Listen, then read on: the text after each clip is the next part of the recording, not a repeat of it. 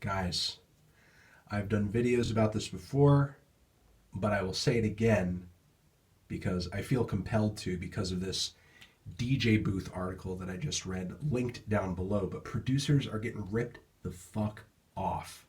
They're getting ripped off hard.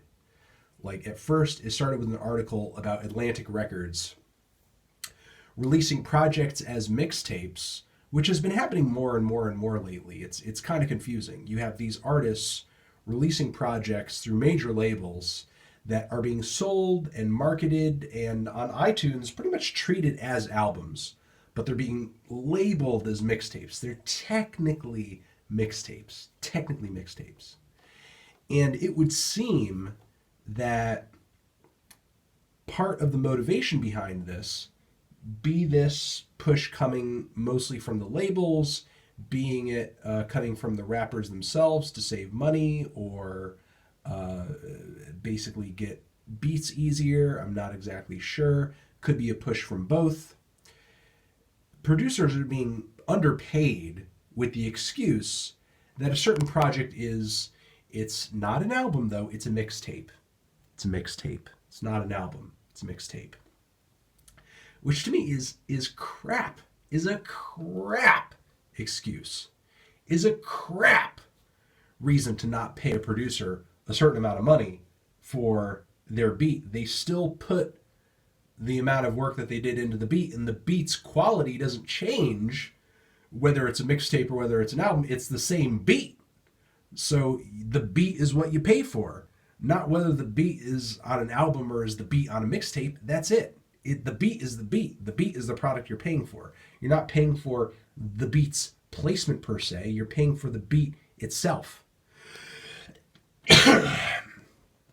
So it's a little aggravating to see producers getting flagrantly ripped off so hard on such a weird, odd, completely stupid and made up technicality. I mean, maybe this logic would have made sense if you were like, hey man, this is just going to be on my mixtape. It's the year 2002 or 1999. This mixtape is just going to be getting sold outside the bodega on the sidewalk, in like a CD pouch with a bunch of other mixtape CDs sitting out here in New York or whatever. Only like a few hundred people are going to hear this thing, a few thousand people at most. Like, that would sort of make sense. Okay, all right, well, I guess it's not going to be everywhere, so... But this is the digital era. This is the digital age. Like, a mixtape is just as certifiable as an album and can go just as viral as an album, and often they do. A lot of times these days, a lot of artists' mixtapes are better and have some of their more quality material than the actual album itself, which oftentimes ends up being like this totally commercial focused group thing where it has like a little of something for everybody, and in the end it just ends up being trash. The mixtape ends up being rawer, better, more fun, more interesting, a little bit more risky. So in the midst of this article, I'm reading that the producer for Shaba, the ASAP Ferg track, originally was paid $500 for the song, which is disgusting. Disgusting. Like $500 for that beat. Not only is it a great beat, but that's a hit song. It's a huge song. It's the biggest track off of the record. Come on, man. Like, these producers are getting taken. And, unfortunately, I think the reason it is just they do not have a voice. They just don't have a voice right now. And I'm not sure what it's going to take to get to that point, because they don't have representation in the same way that the artist has representation. And they don't have the label working in their interests in the same way that the label is working in their interests. And they don't have leagues of fans, worried about every single thing that they do and say on social media in the same way that the artist or the rapper, whoever it is, whose face is plastered on the front cover, like they do on social media. So I don't know, man. I think producers, their last option right now to kind of get any semblance of fairness injected into this situation is just kind of ride the wave of this story. This story essentially dropped last week.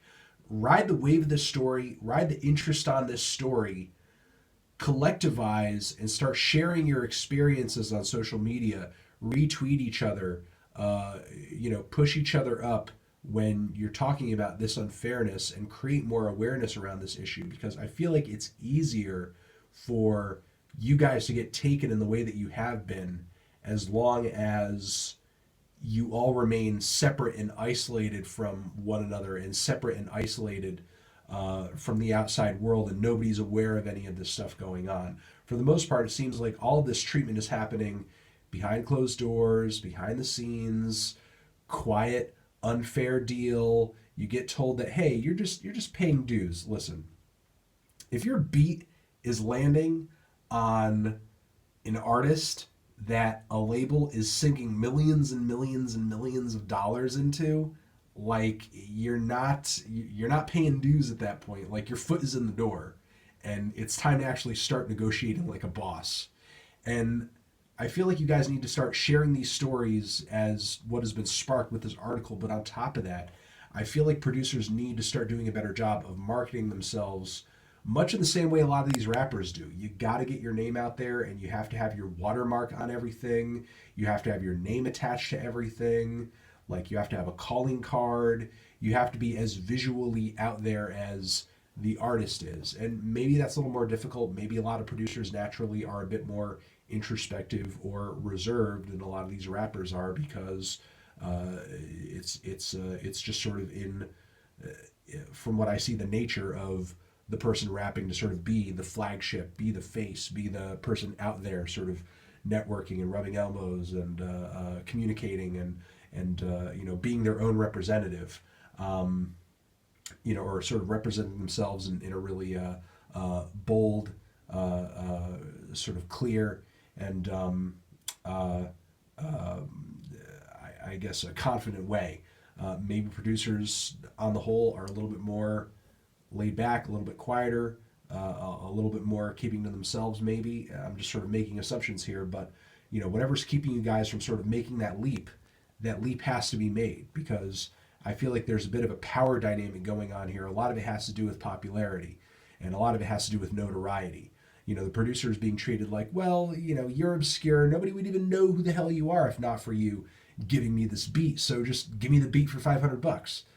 Yeah, sure. One is more popular than the other, but hey, man, you're essentially writing a good deal of the song by virtue of handing over this instrumental, and that's just the truth. That's just the truth. Like, you have artists out here suing other artists just because the chord progression of two songs is friggin' similar. You have them suing them for publishing on tracks because, hey, I essentially wrote that because it inspired your track. Your beat is inspiring a bulk of the song itself. So, I mean, how can you not walk away from a lot of these deals without publishing? How can you not walk away from a lot of these deals without at least a little bit of ownership of the track? Now, I get it. I understand how it's happening. I understand why it's happening. But I feel like if any of this is going to change, producers just need to have, I guess, more of a demand of what exactly is going on here as far as content and ownership and creative control, because a lot of the juice that goes into these songs, it's especially these days with as weak lyrically a lot of these rappers are, a lot of the juice in these tracks, it's come from the producer. It fucking is. It's come from the producer. And that's just the fact of the matter. But the reality of where the money is going, who's getting the star treatment, who's getting all the respect, the reality is not reflecting that. The reality is not reflecting that. And whatever we need to do to make that change, it needs to happen. It's got to happen.